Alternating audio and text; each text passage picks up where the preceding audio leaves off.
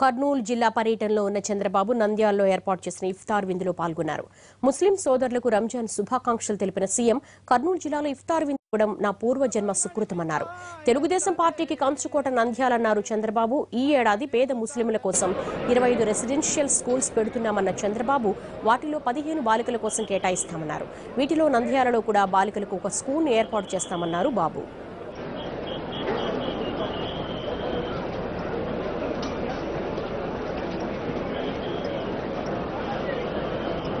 వినూత్నమైన కార్యక్రమం చూస్తే 25 రెసిడెన్షియల్ స్కూల్స్ ని పేద ముస్లిం సోదరుల కోసం పెడుతున్నాను. ఆ 25 రెసిడెన్షియల్ స్కూల్స్ ని 15 రెసిడెన్షియల్ స్కూల్స్ బాలికలకే పెడతాను.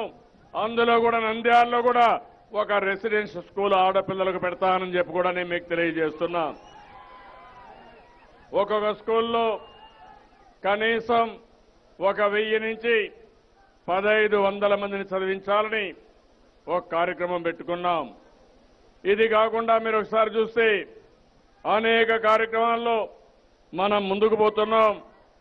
ఈరోజు మీరు చూసినప్పుడు చాలా వరకు వక్ఫ్ బోర్డు ఆస్తుల్ని కాపాడడానికి ప్రణాళికలు తయారు చేసుకున్నాం. ఎంతో మంది దాతలు పెద్దవాళ్లు ఈరోజు చాలా మంది వక్ఫ్ బోర్డు ఆస్తులు ఇచ్చి ఈ మతం కోసం ఈ మతాన్ని ప్రోత్సహించడానికి ఆస్తులు ఇస్తే అవి కూడా అన్యాక్రాంతమయ్యే పరిస్థితి వచ్చింది. అవి కూడా పూర్తిగా కాపాడతామని చెప్పి కూడా నేను మీకు తెలియజేస్తున్నాను. ఇంకో పక్కన స్కిల్ డెవలప్మెంట్ కానీ జాబ్ మేళా కానీ ఇవన్నీ కూడా చేపిస్తాను. అంతేకాకుండా ఎవరైనా చదువుకోవాలంటే మన దగ్గరనే కాకుండా విదేశాలకు పంపించే బాధ్యత కూడా చదువుకునే ప్రతి ఒక్కరికి కనీసం 10 లక్షల రూపాయల ఆర్థిక సహాయం చేసే బాధ్యత నేను తీసుకుంటానని చెప్పి కూడా నేను మీకు తెలియజేస్తున్నా.